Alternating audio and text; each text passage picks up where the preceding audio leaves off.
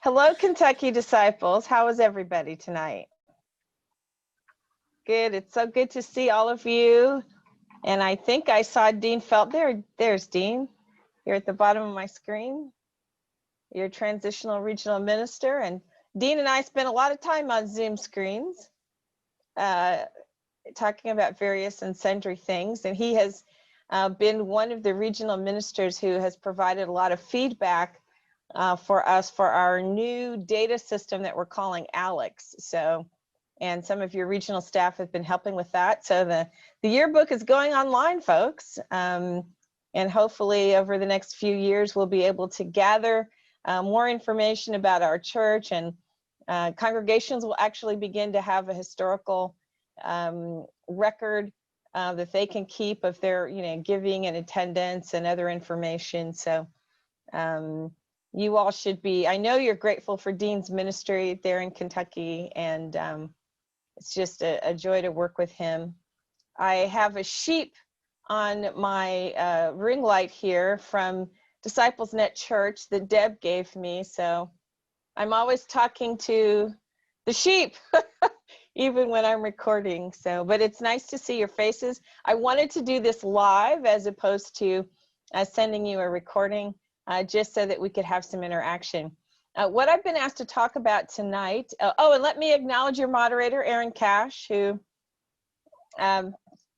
back in the days when I was still at the University of Chicago Divinity School, Aaron and I would frequently meet on the road at various gatherings trying to recruit and compete for seminary students, actually. But we're grateful for Aaron's leadership. And I do want to say how much we were all looking forward to being in Kentucky next year. We had such an exciting planning meeting in Louisville back in January. Aaron and some folks from the local arrangements committee were there. We were just on 10, really, about how it was all coming together. And we were just saying as this meeting began that given the way the trends are looking now, it probably was the best decision that we could have made just to keep everyone safe. But at some point in the near future, I do believe that we're going to come home to Kentucky. So thank you for just holding our hearts and holding our hands, and all of us praying together as we made that very tough decision. I'm going to go ahead and share my screen. But anyways, tonight we're talking about disciples' public presence and how we can leverage and amplify our collective witness. And I think it's really important to begin by asking ourselves why we do this work. This is not just, I always say this is not about left or right. This is about right and wrong. We are called to do the work of justice. The passages in Matthew 25 that we're also familiar with, we're called to care for the sick, those without clothes, the stranger, those who are hungry, those who are in prison. Micah 6:6-8, particularly the verse 8, we're again familiar with the commandments that God gives through the prophet to do justice, love mercy, kindness, walk humbly with God. I love Lisa Davison, Professor Lisa Davison, who is Hebrew Bible professor at Phillips Theological Seminary, and I've used her translation a lot. Make justice happen. Love passionately as the holy loves. Be the image of the divine in the world. Make justice happen. She always says there's no try in there anywhere. This is not a suggestion. This is a requirement. This is a commandment. This is a call from God that says we are to operate in the world, not only to make justice happen, but to love passionately as the holy loves. Everything, I think, believes with what we believe about God. If we believe that God is a God of not only justice, but love and limitless love, that God has created all, God loves all, God is with us all, and God includes all. If God's love is limitless, then none of us really have the right to decide where God's love stops, where that line would be drawn. And so if we really believe that we are to love passionately as the holy loves, and that we Jesus gave us in John 13 a new commandment, not just to love neighbor, but to love one another as Jesus has loved us, which is a higher bar still, I think. If we believe those things, then we really have to move forward and behave in the world in a way that's consistent with that particular gospel of Jesus's love. John 3:16 even says, God so loved the world. There's a whole lot in that, so loved. There's a lot of love that's limitless and boundless for the world. And we have to simply reflect that and to love as God has loved by sending God's son, Jesus. So it's always right versus wrong. It's never a matter of which side of the political aisle you're on. And for Christians, people who follow Jesus Christ, the work of justice, the work of mission is a moral mandate. It's not at all about being political. We've traditionally done this work in a lot of different ways. We've done a lot of committees, of course. We've organized at the general level. There used to be a general unit called Church and Society that was dismantled for a lot of reasons, some of which were budgetary. We have tons of committees. And in most denominations, and even in our own, as decentralized as we are, we tend to create top-down structures that are hierarchical in nature. And that's true even in our very decentralized structure. And we tend to have programs that focus more on mercy and not on justice. And what do I mean by that? Work that is targeted at justice is focused on addressing systemic issues.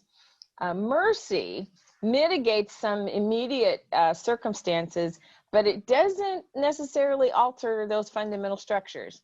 You can have a homeless shelter, but it doesn't mean that you've addressed the real issue of affordable housing and people having living wages that allow them to be able to provide safe and decent housing for their families without having to have 5 or 6 jobs. You can have a food pantry, but it doesn't solve the problems of whether or not there is healthy and affordable food options in the communities where people live. So we have to begin to make that move, not only to do the work of mercy, that it's the work that we do locally to mitigate existing circumstances is very necessary, but we also have to move toward advocating for policy changes that will address various systemic injustices that we find in our society. We across our church have a lot of justice ministries. I mentioned Church and Society. I've talked with several disciples who are still bitter about that part of the church going away. There were counterparts to that work in various denominations across the country. We have Disciples Home Mission.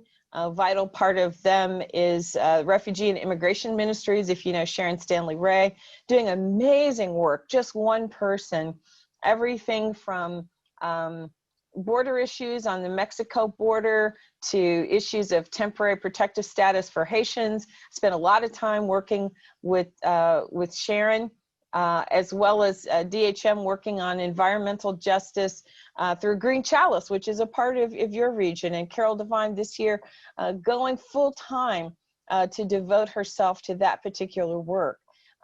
Division of Overseas Ministries and our work with global ministries. Of course, we're advocating for international justice issues and partnering with all kinds of faith-based organizations around the world to attend to the work that they believe needs to be done in their area.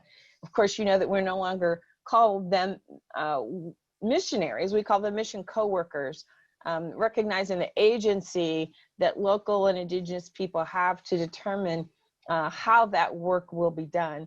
One of the great honors of being general minister and president has been to travel to so many places with global ministry staff and DOM staff, just to see how we are working in the world and how our witness is really making a difference.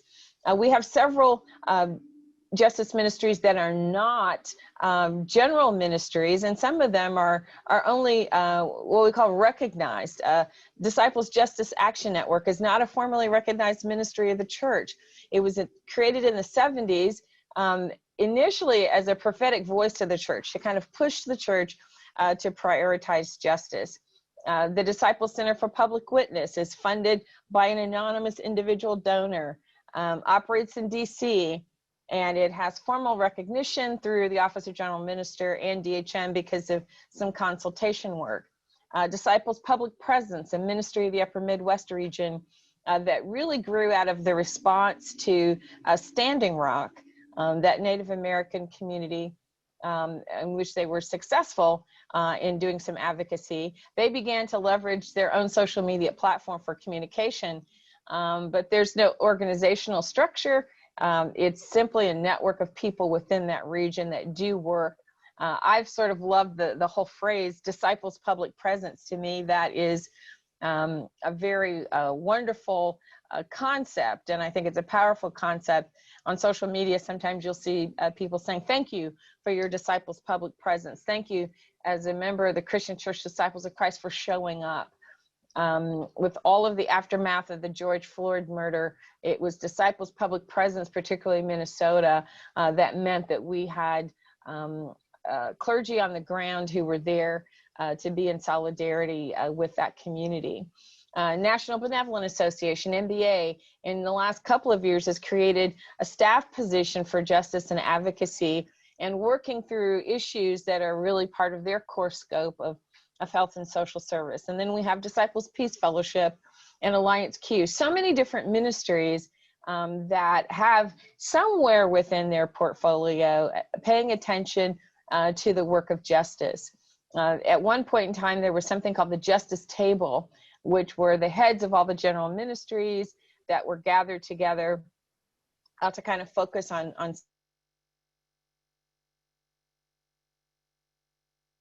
some work. When I began my was that was not where the energy and the drive was coming from. It was really coming from people who were active in local congregations doing work, and it's really shaped how the church is doing ministry now. In July of 2017, at that General Assembly in Indianapolis, the same assembly where I was elected as General Minister and President, there was an emergency resolution that went to the floor, and there were a group of young people who really wanted the Christian Church Disciples of Christ to be in favor of work with the Poor People's Campaign, which is, of course, one of the leaders of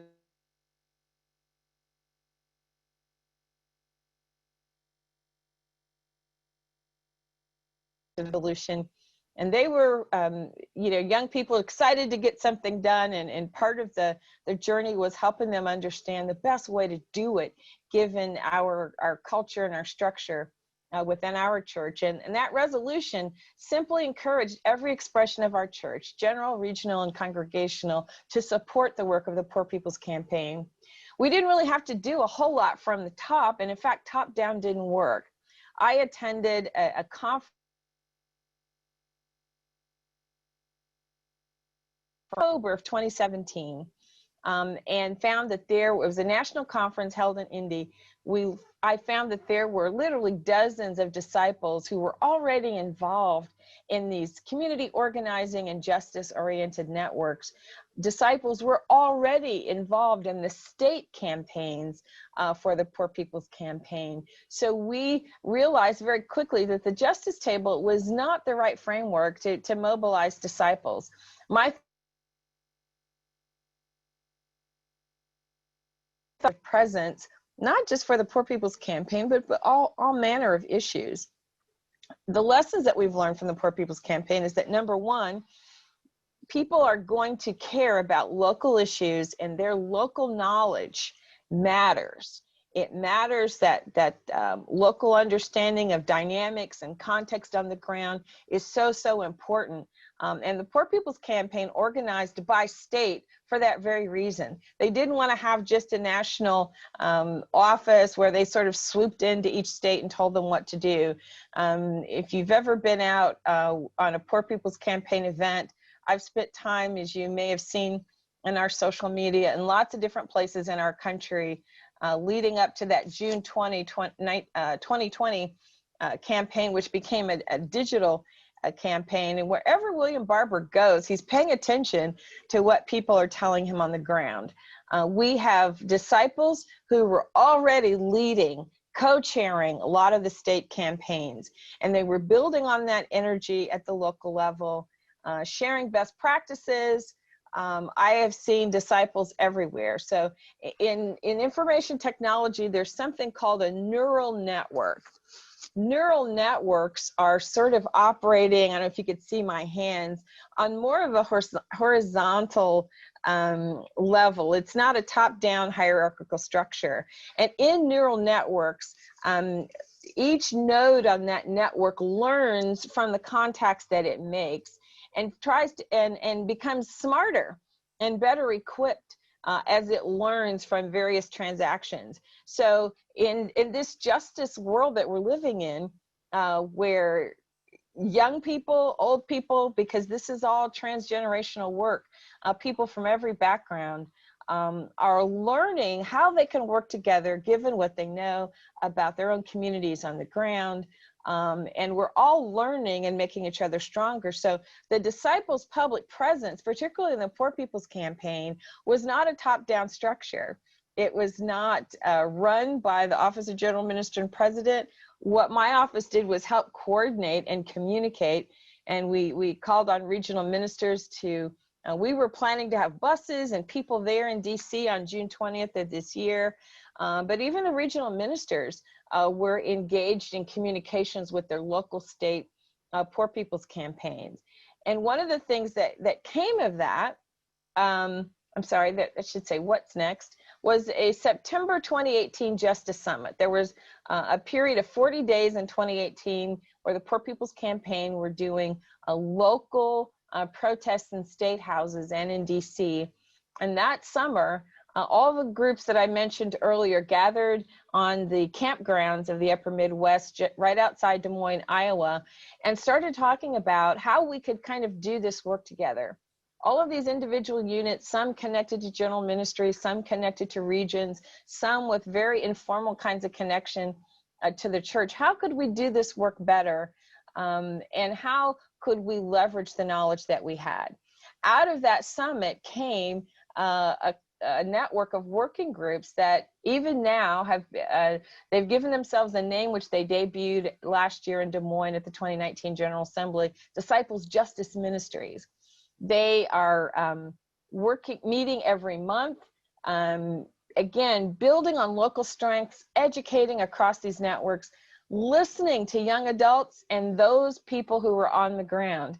You will never find, I think, the people who have created this network of Disciples Justice Ministries, you won't find them saying, oh, we're going to swoop down and tell you how to run XYZ project or XYZ campaign.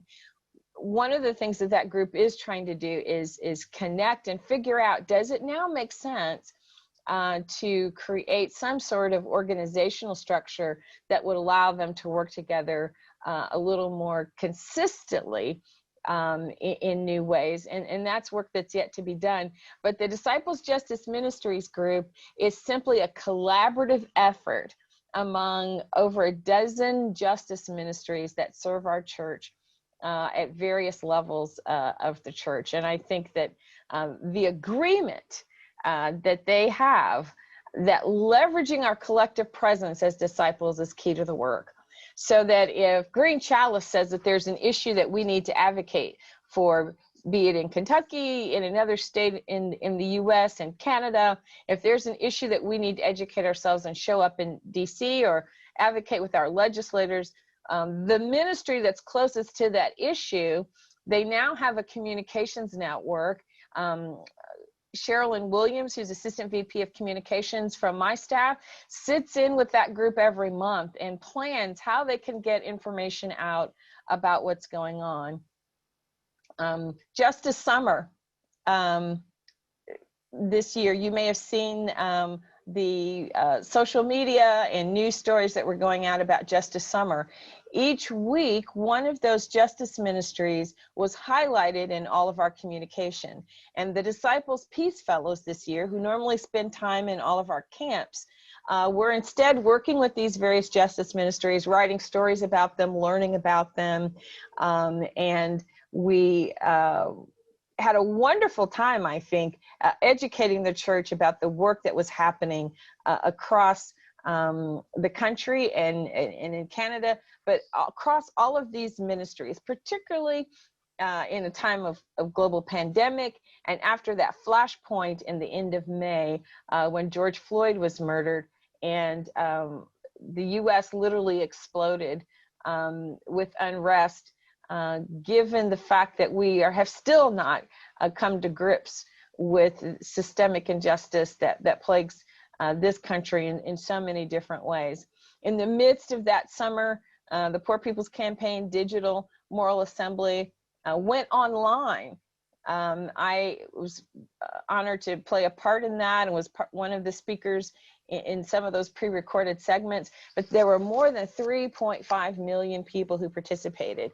And that includes the Zooms, that includes all the views that were on Facebook and YouTube and on websites of various organizations.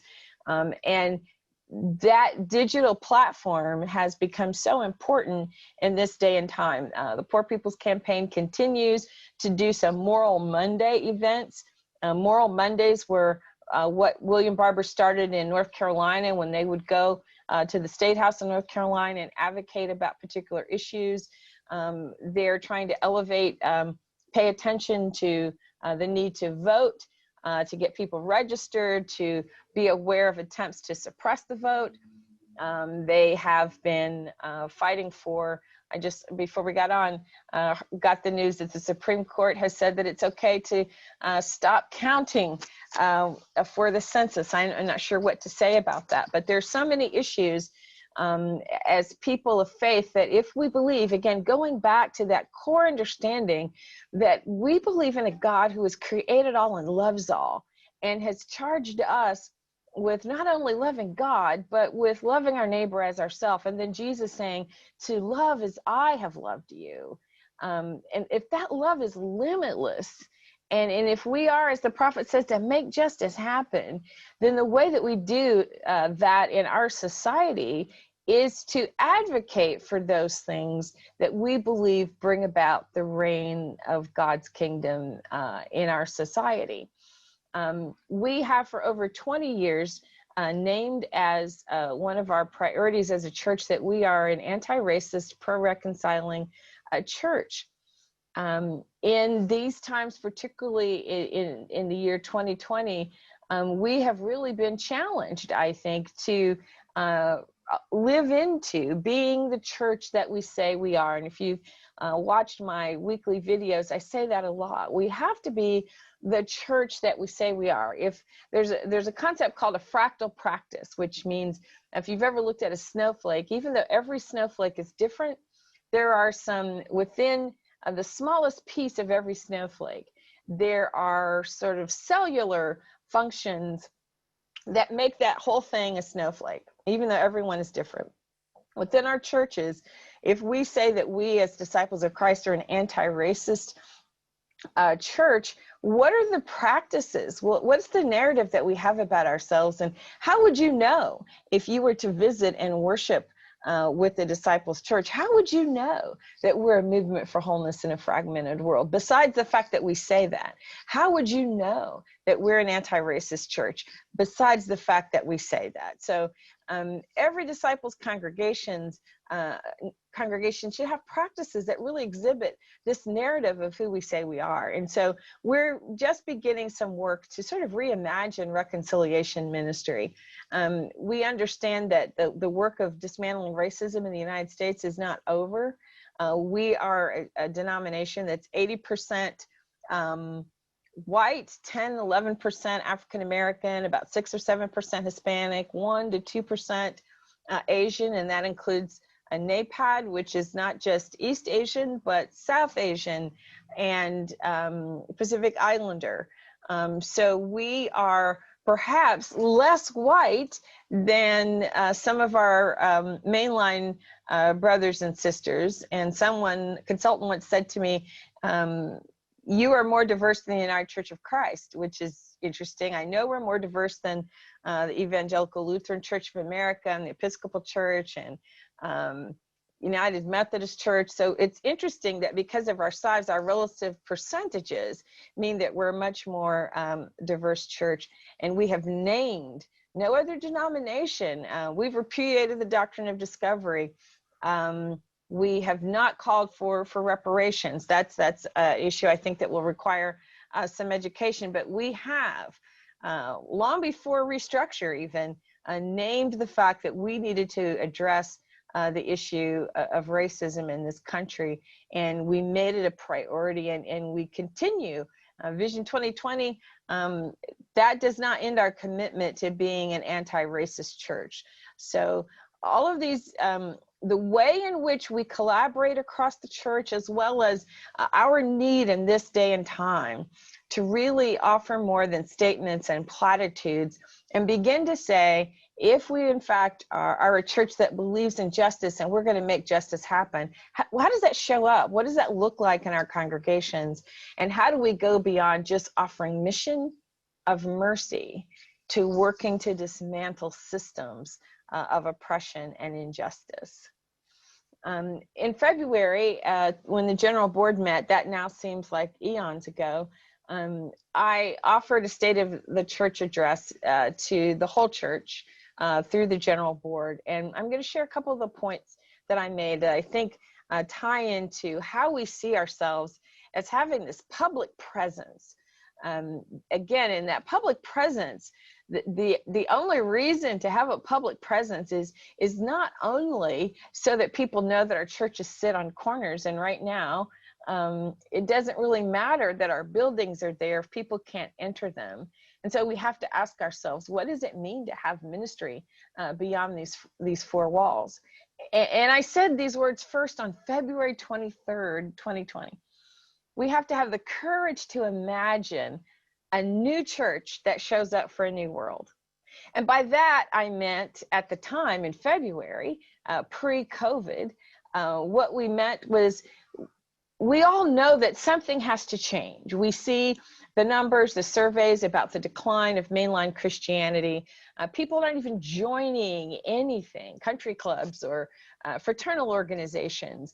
The millennials and Gen X and Zers don't see institutional relationships in the way that many of us on this call understand or understood as we were growing up. But if we understand that we have to have a new church, we have to have the courage to imagine that beyond what exists now.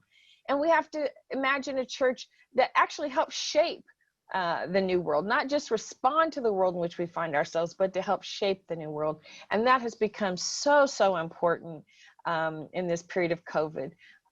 Walter Brueggemann's classic book, The Prophetic Imagination, in that book, he says that it is the creative spirit that the empire, if you will, those are the words he uses, is leery of, because you can build anything, you can implement anything, but it takes imagination, prophetic imagination, to see the church operating in such a way that we can make change happen that's in line with the coming reign of God. And that includes preaching the gospel boldly, speaking truth boldly. Sometimes I think we misinterpret this notion of what we mean by unity. Unity does not mean that we all think or say the same thing as we say. It's not uniformity. What it means is that we are so committed to this gospel of love, of the love of God as revealed through Jesus Christ, that we understand we're making a greater witness by not allowing our differences to fracture or separate or diminish the work that we're called to do. So we got to live the gospel boldly. That love has to be this theological reality for all of us. Loving our neighbor as ourselves. Well, as the Pharisees asked Jesus, who's my neighbor? And Jesus gives us an example of not only who is neighbor, but how to be neighbor in that story of the Good Samaritan.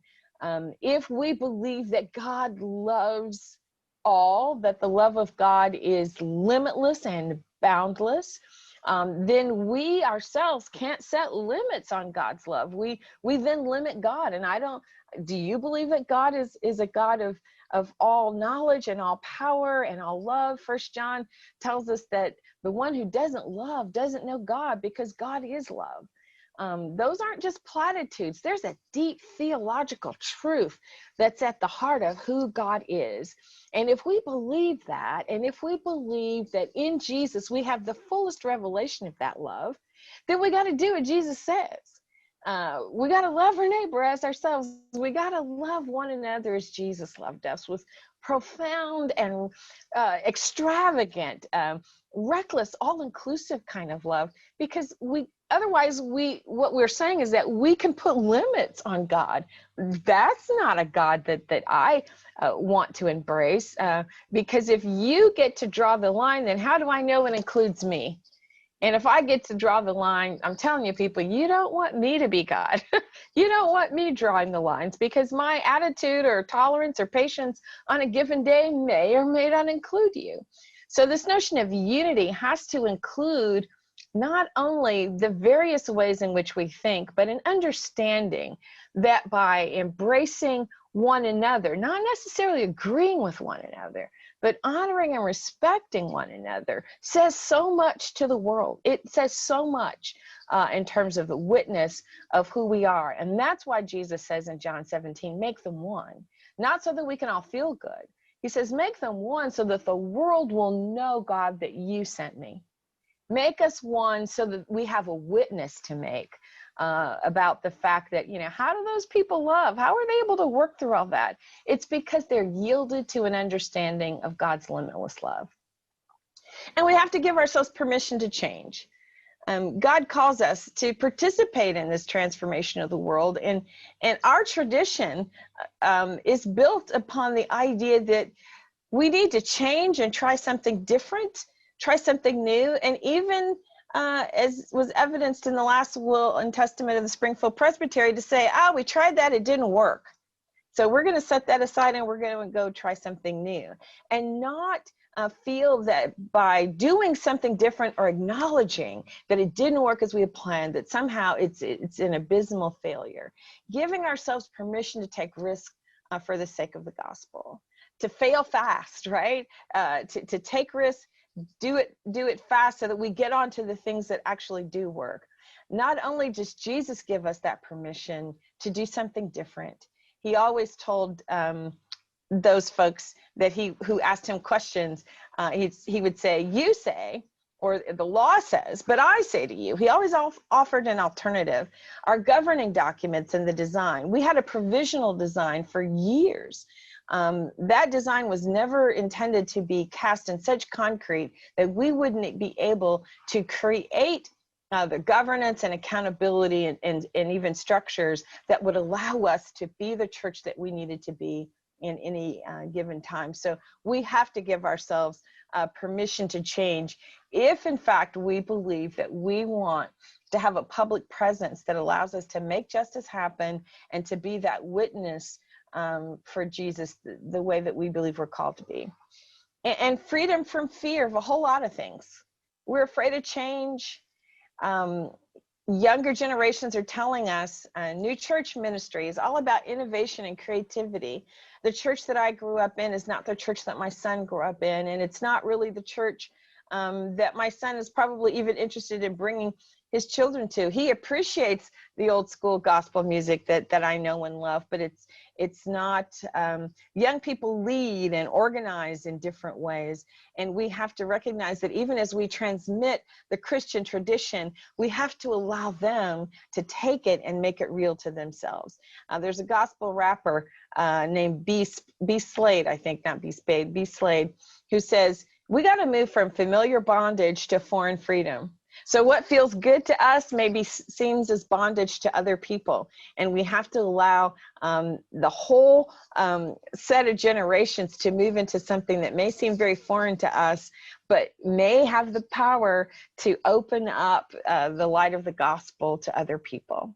Our future it will be based on our ability to be relevant to the world in which we live. People want to know that the church cares and stands for something. People want to know that the God that we serve, the Jesus that we follow, cares whether they have food to eat, cares whether they have decent housing. It's not just about the beauty of our worship. That's really for us. God, as the scriptures tells us, has no need of all of our pro forma worship. Or God is warmed, and it is, as the scriptures say, a sweet savor to God's nostrils. But God has no need of that worship. It is our response to God's love that we offer that worship, and we fill our spiritual cups. But the world outside will know that Jesus is real because we have worked to ensure that they prosper. And that doesn't mean rich, but if you have food on your table and you've got a roof that doesn't leak over your head and clothes on your back, and your kids have decent education that's not based on property taxes in your zip code, why shouldn't we all have enough? There are enough resources in our society that people should have enough. We can't all be billionaires. We don't all need to be billionaires, but certainly we can have enough to thrive as human beings. So my confidence is not even so much in all you wonderful people. My confidence is certainly, I have some self-confidence. We all have some self-confidence, but here's what gives me hope. It's my confidence in the God that I serve. It's in this God of limitless love. Philippians 1:6, which is my personal theme scripture. I am confident in this, that the one who has begun a good work in you will complete it, Paul says. And so, disciples, our confidence has to be in God, that we have the ability to shift the paradigms, to make a change in our society, to do the work that means that our presence matters, that we can collectively advocate for justice and for peace and for the well-being, for healthcare, of all of those whom God has created, to advocate for preservation of this planet that God has given to us to shepherd and steward. We can do these things collectively, and when we do them collectively, we amplify our voices, and we make even a greater witness. So while we're working locally on all the issues that we know and love, what you need to do in Louisville or Litchfield is very different than what needs to happen, say, in Marion, Indiana, or Calumet City, Illinois. But there may be issues across the US and Canada when our collective presence as disciples means that we build these networks, as the Disciples Justice Ministries are doing now, and still trying to figure out what's the best way to organize ourselves to do that work. The commitment to collaborate is there, and the understanding that the work that we do is so important, and that we understand that we're called to do this work. It's moral leadership. It's the leadership of love. It is what it means to be a disciple of Jesus Christ, that we do this work. So, Terri, are we able to get this in print? Can we use your outline that you gave us? I don't know how to ask that exactly. Sure, I'll send these slides to Linda, maybe, or whoever I should send them to. I'm happy to share them. Yeah, I'll send them Linda's to Linda, fine. Yeah. and Linda will get those out. You will. Yes, Linda Jones. I was hoping you weren't expecting my technological skills to send them out. We'll get it to Linda, and she can help everybody. Oh, Linda, I think, would do a lovely job with that. I'm sure she would.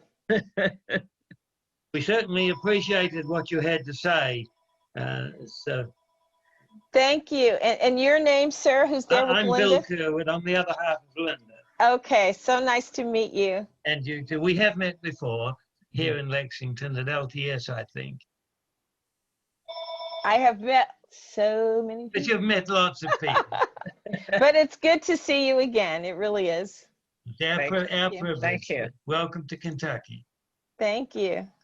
I always have a good time in Kentucky. I always leave with bourbon and recipes. Okay, people are saying they still can't unmute. Let's see what's... Anna Compton should be able to she's unmuted now. Yeah, we're having to do one at a time for some reason. Okay. Can you all hear me? Okay, wonderful. I've been doing Zoom for school, so like I kind of can work with Zoom a little bit. I had a question. What Sure. do you all think is the most effective or best thing I can do for my community in like this time of awakening of all of these racial injustice issues that we have, or at least that I'm starting to learn about because I'm becoming older and becoming more aware. What do you all think is the most effective thing that I can do? And I know it's very general, but for my community. Sure. I think, interestingly enough, the National Council of Churches is in the midst of their annual Christian Unity Gathering, and the issue of racism is an important one to the National Council of Churches. And we've been talking about sort of reaching back in order to go forward. And then the understanding that we have to have a clear knowledge of the history of not only our country, but even the history of Christianity. We repudiated the doctrine of discovery, which basically said that if you weren't Christian, we can take your land. And if you weren't white and Christian, then the power went to white Christians, both to enslave people and to take the land of indigenous people. So there, if you go to the website, disciples.org, there are several resources that are there from reconciliation ministries. And I think encouraging people to educate themselves on this history that's still not taught very well in schools. And as a young white woman, being very open about the fact that you are learning and understand, and you want to do what you can. So I think education is the first thing. And then sort of collaborating and coalescing, both with the work that's happening across our church, with reconciliation ministry. That training is important, but we also understand that unless we change how we do our work as church, we can have some unintentional consequences because we don't recognize how racism shows up, or we don't name it. For example, the church has an executive search model that tries to recognize the fact, well, if the only people who've ever been in leadership are say white people, and if your networks don't extend to people of color, then when you're looking for candidates for various positions, people who, if you just perpetuate those who are already in the system, you don't bring new people into the system. So we've done some very intentional kinds of things like that to look at ourselves as a church to say, where are the ways in which our system still belies itself. We can feel really good. I mean, I felt great when I was elected as general minister and president. People were like, this is an awesome night, but it's not enough, right? It's not enough. Barack Obama is the first Black president of the United States. That's great, but it's not enough. So I think educating ourselves, and then being willing to coalesce, and then being willing to do work of advocacy, because we can say we love one another and that we believe each other's fully human. And then we're if we don't work against some of the systems that keep people in poverty, if we don't work for more just ways of doing policing, of support for education and communities, if we don't work for those things, and in our country as American citizens who are, we have to walk, I think, a fine line, because depending upon your politics, we got people all over the map in terms of politics. So we got to stay grounded in a theological understanding of what it really means to be a follower of Jesus Christ and how we do that work. And that's why I say we got to root it in God's limitless love and an understanding of that should get us. If we do that, we really believe in that and live that out, we get to a pretty radical understanding of what it means to be a Christian, quite honestly. So I hope that's a good starting point. Educate yourself. Yeah, thank you so much. Mm-hmm. Anybody else has questions, just raise your hand and I will give you permission to unmute yourself. Let's see, Jackie Jackie. Summers. Hi, Jackie. Hello. There she is. Terry, just so you know, we've got the redhead over here listening in, but she's not on the screen. Hey, Kate. Anyway, I wanted to just respond to the last question in that we're in a smaller community, and Jim has really made an effort to connect with our local AME Zion Church here in town. And we did a pulpit exchange with their pastor on Reconciliation Sunday. Mm-hmm. And preached at their church for 6 people because they are not open yet. So it was a video thing. And we're doing a parking lot service. So he preached in our parking lot service. And we are also, their church has a 100% initiative to get out the vote. Mm-hmm. And they want 100% of their members to get out and vote. Mm-hmm. So we are encouraging regardless of affiliation. Right. And Right. And so we are encouraging our membership to vote if they haven't already voted or they don't have other plans, but we picked this Thursday to go and vote in person, and we're gonna have prayer at noon outside the voting place. So that's great. So I mean, there's just some local to and let others know that we support them. Mm-hmm. That's right. We've also been, go ahead. We've also been involved. We had a young man, African-American male, who was stabbed to death, and family doesn't feel like, and many others, and I don't feel like the case has been handled very well. And we have been personally, not as a church, but personally been involved in a few protests, drawing attention, encouraging the police to investigate further. Mm-hmm. Right. You know, and the theme of our reconciliation ministry offering was, you know, stand up, show up, speak up, with that text that, you know, the rocks will cry out. Silence is not an option. And that's why the local understanding of the local issues and the local engagement is so important.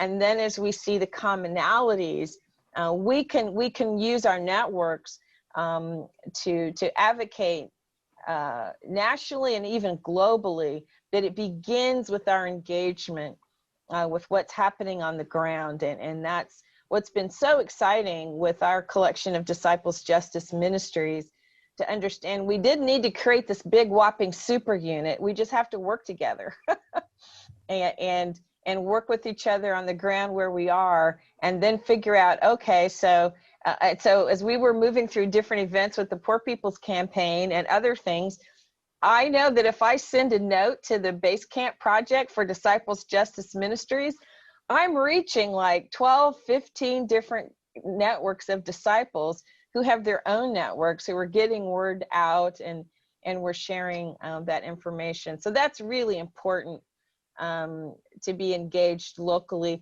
and also building relationships, right? Sunday is still 11 o'clock is still the most segregated hour of the week. And quite honestly, most of us, we might have work networks and even some broader church networks, right? We have relationships with people who look like us most of the time. And so getting to know and understand other cultures, and even being part of other worship services where people have music that, you know, I pastored a predominantly white church. It took me the longest time to get used to the fact that people weren't saying anything to me as I preached. I mean, it's a whole different dynamic. I know the Chalice Hymnal much better than I did, because my congregation, I came of age in a disciples congregation that did not use Chalice Hymnal. On the other hand, I know the preamble to the design, because many African American disciples churches use that as an opening litany. How many of you could recite the preamble to the design? Yeah, good. There we go, Jackie. But we have all these differences. amongst each other, even though we have this common tradition as disciples that are culturally and racially derived, and respecting those and not being afraid of those differences is really important. It's a relationship. We can never discount how important that is, I think.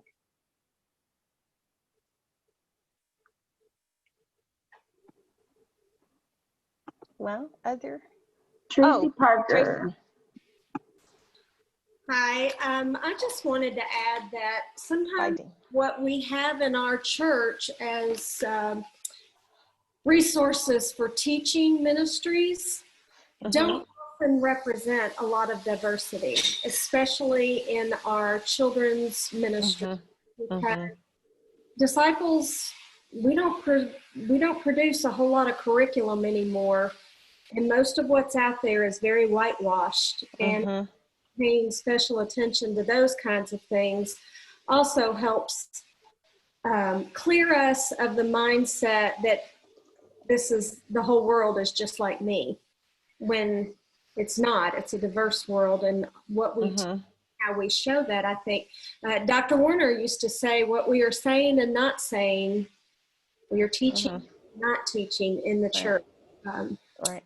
So you know, that issue of resources and curriculum is really important. The governance committee of the general board, which has historically kind of operated almost like as a rules committee, has actually been taking a look at a couple of things, and one of them is education.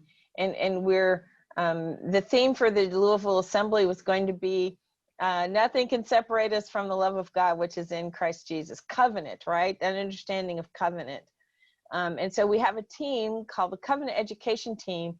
We now have a draft of this curriculum. COVID set us back, but one of the things that we have to do is to vet it with several different cultural communities within our church to ensure that the language we use and the approach that we use with some of that work will be received well, right? And that will break through. And I've had conversations with some folks in DHM around Christian education. One of the things I think is that we've really got to work on is providing our own resources for Christian education and discipling. Our sisters and brothers in Puerto Rico have a wonderful curriculum. Oh my gosh. It's called Yo Soy, I am un discípulo. And from the nursery role, cradle role, they work on that, not just only Christian identity, but even disciples' identity. There are lots of other